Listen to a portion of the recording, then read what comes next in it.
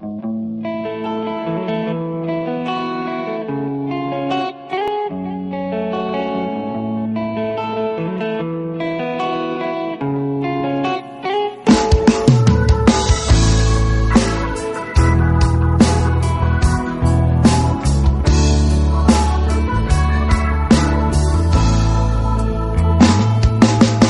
ít ca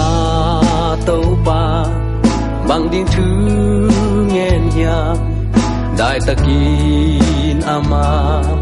kiaum kim na hai ado di gunung tung ta anun tang na pai hiadi pa o hi hai to kakipel theile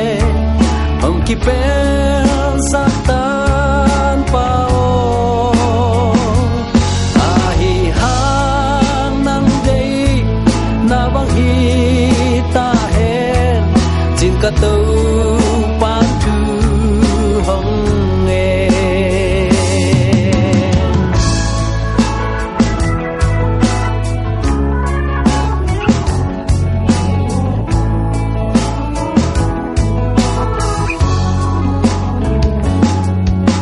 ta si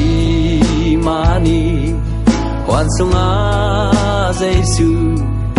ako u si bang luang hia mo nei lu asia thâu ka tu Giêsu mo sang na ko sia na thua khao to hen chipi bol sia na nam kim ling du khu sa lai lai ami khai nam sim lam te pua ko mi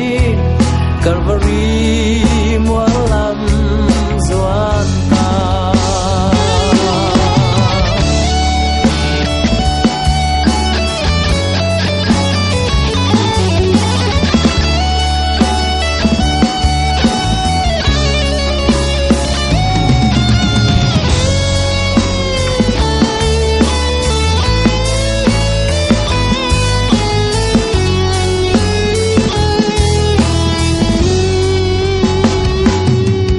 Calvary mualin dadi de inom basano te ha chiao chiao migilo te ki kalaka to pa